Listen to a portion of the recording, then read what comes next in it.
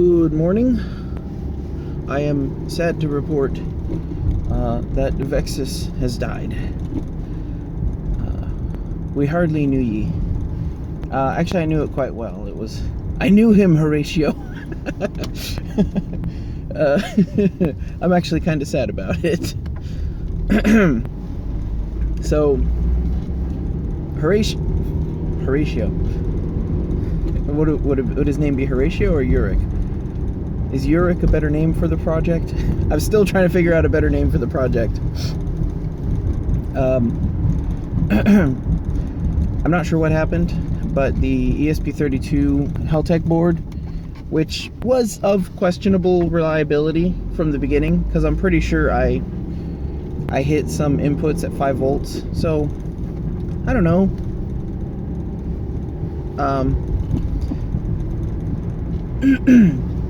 I left it charging overnight and it was not charged, and it was the power light was off and it was not pulsing any of the lines. And I restarted it and I set it to program mode and I plug it in and it pops up as a USB interface, like a serial interface, but that's it. It's non-responsive. So that's sad. It ran over 100 hours without any crashing. I'm pretty sure I resolved the issues that I had. So the problem wasn't with the software.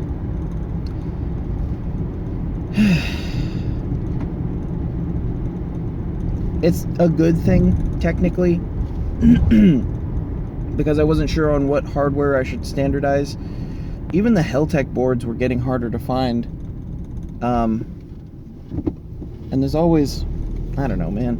Every time you try to get parts out of China, it's like, I'm sorry, and by parts out of China, I mean parts, because all of the parts are from China. And if you don't believe me, yeah, right now is a great time to check that out. How much stuff do we really get from there? I don't know. What if we just delayed all of it for several weeks and then see what becomes, what shortages show up. But there's also the problem of like Amazon clones and stuff like that, knockoffs, of which there seem to be for the Heltec boards. So who knows? Some other company could be, what is it? I think those are Hi-Let Go. I'm not even sure if they're considered Heltec, because I have some Hi-Let Go boards. I don't know.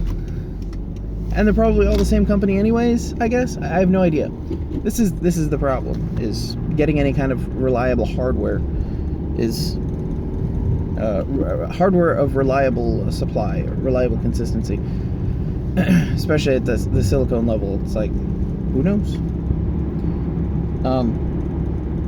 So there have been some boards that have been on the market for a long time, and standardizing on those is probably a much better bet.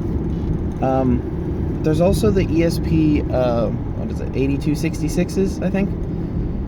Those would probably pretty well fit, or fit pretty well in the function that I'm trying to accomplish here. I also might just bite the bullet and make an assembly board that has a regular ESP32 at its heart, and then just, you know, make a surface mount board, design a circuit, which I probably should be learning anyways, just the circuit design. All I really need is a charging circuit and whatever clocks are required to maintain the ESP32. So maybe there's some ESP32 project boards I can adapt, or circuit diagrams I can adapt. So we'll see. I am really actually pretty bummed about it, because it was a very reliable board. No, I shouldn't say that.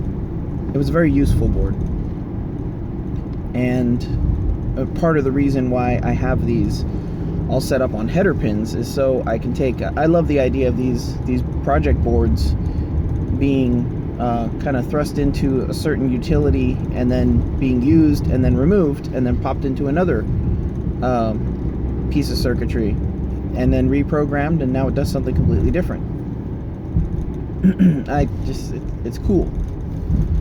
So marrying the ESP32, and I'm a tinkerer, I've got, lots of projects outstanding, so having these boards around and making it easy to swap them between projects is very useful to me, until they die. So that stinks. But like I said, it gives me the opportunity to standardize on something a little bit more available. I had complained about Adafruit previously, that they just like their products just kind of come and go, and things change. They are kind of standardizing with the feather footprint, which is kind of neat, and maybe that's an answer. I do have, I don't know, I'll think about that. That feather footprint is, they're building lots of other things into that same footprint, so it's pretty cool that they're doing that. But maybe that is just the standard. Maybe this is the tech churn, or the electronics churn, is they just stop making stuff. They're like, this works well. Okay, but let's this next thing works better. Like, well, the old thing still works. They're like, yeah, we're done making those. We have a limited supply now. Good luck. I guess the only thing that really transcends is the TI-85, 83 calculators from Texas Instrument, because I'm pretty sure they make their own chips. So the correct answer is to adapt the Vexas code into TI-84 or TI-83 basic. That's the way to do it. I sure wouldn't mind that battery life, though. Very nice, very nice. It was just so useful. It was really useful. And it was handy, and whatever.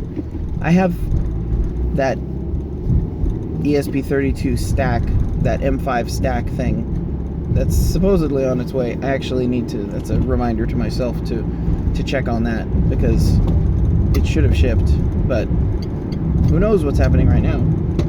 Everything's all up in the air. So we'll see. But something like that is, that was trying to be standardized hardware. I don't know.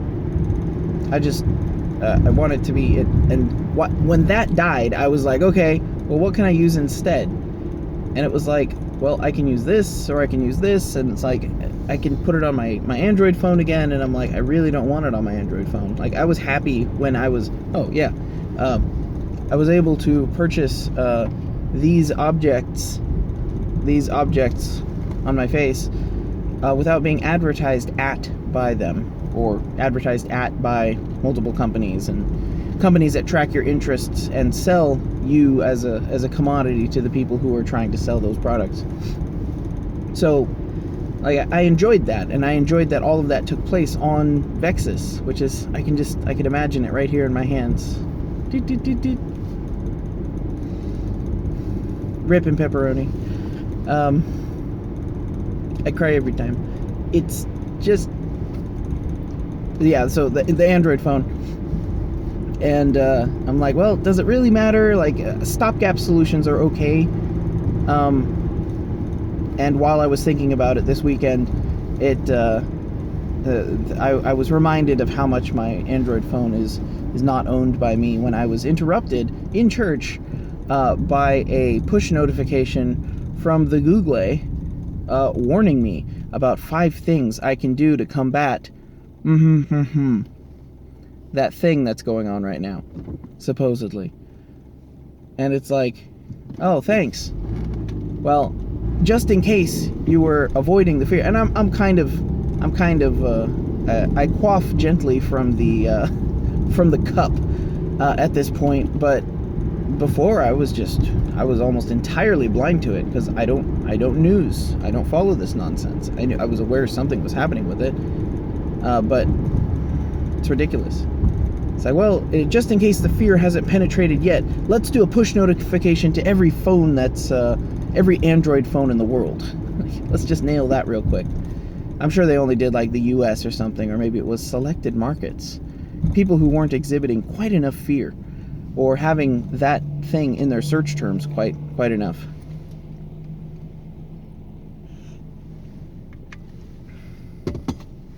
Of course, this is a wonderful exercise in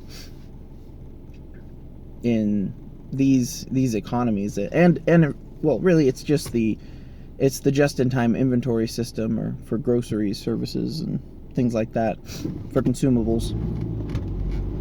Any inventory that's in your warehouse waiting is almost literally money sitting there not doing anything. So you want as little inventory as possible.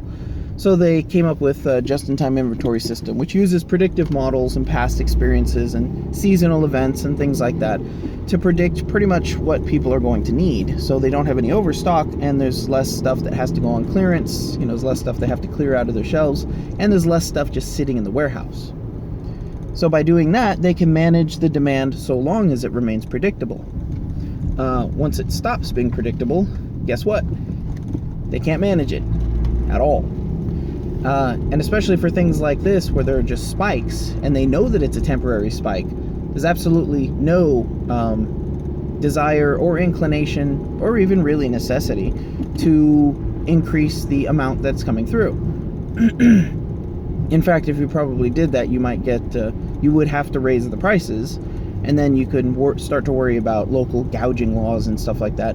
You raise the price of the stuff, and it's like, oh, well, now you're gouging. Like, okay, well, if I lower the price to a normal price, the first guy in line is going to buy all of them, and then he's going to go on Craigslist and start selling them for higher prices than that. Like, pick your poison.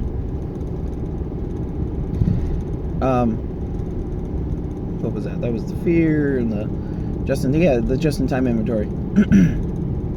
It's just ridiculous. And okay, there we go, he's fine.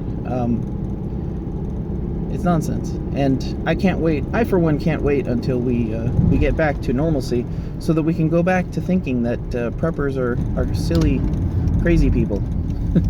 People who have any type of stock to any of these things. Back stock of food or water or anything like that. Just crazies. But what's funny about shortages is fake shortages make real shortages. If people are convinced that there is a shortage, or they're told that there is a shortage, then they go out and buy more. And the system is obviously not made to manage any type of stress at all. So they buy more, and it creates the shortage. Self-fulfilling prophecy. Ta-da! Hope everyone's enjoying it.